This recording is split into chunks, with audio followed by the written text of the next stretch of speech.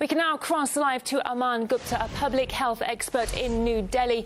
Welcome to the programme. It's great to see you. Now, as we mentioned earlier in the programme, India is going to be a major production hub for Sputnik V, producing 300 million doses of the Russian drug.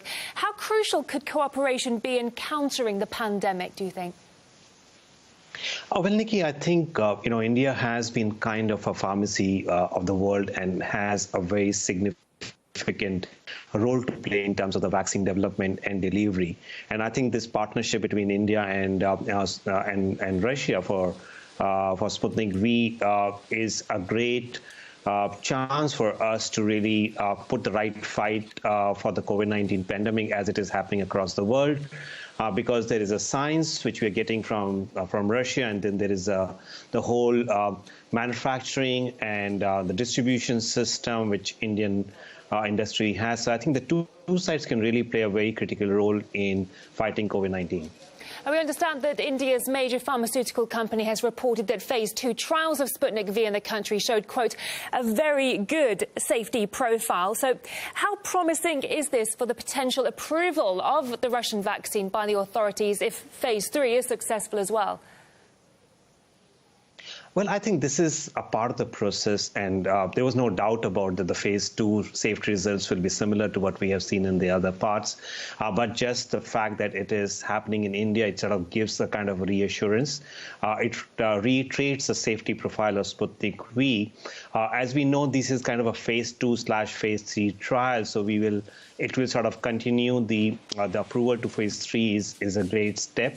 And I think what we really need to look forward to is the next couple of weeks once the Phase 3 trials is over and we are able to get the approval, the vaccines to be available to all the Indians in the coming weeks. And India has, of course, approved its own COVID vaccine now, developed by Bharat Biotech. How promising does that drug look to you?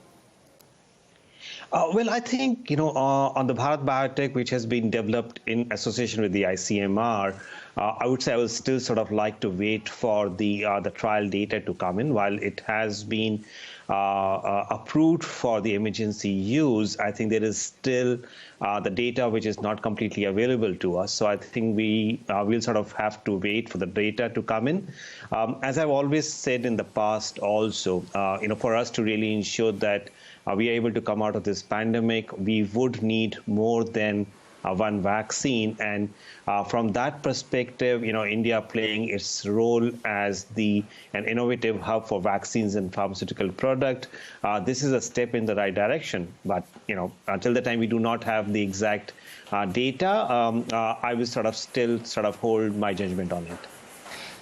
So far, what we've seen is the Sputnik rollout has been focused on emerging economies like Algeria, Bolivia, Palestine, Argentina. Do you expect more to follow suit?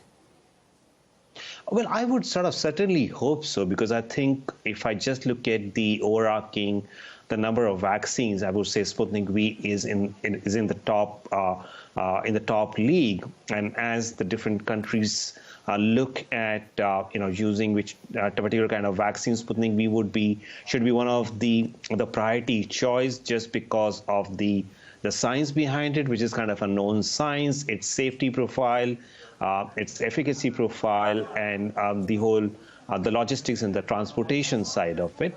So I think it should be a priority choice. But again, the need versus the ability to produce is the one factor. So, just not Sputnik V, I think the countries will have to call into the others also. And we know that in the next couple of months, we may have a few more vaccines, their data out, and they will be available for the governments to look at which ones they can sort of really use for their population. Aman Gupta, a public health expert in New Delhi, thank you very much for your time. Thanks a lot, Nikki.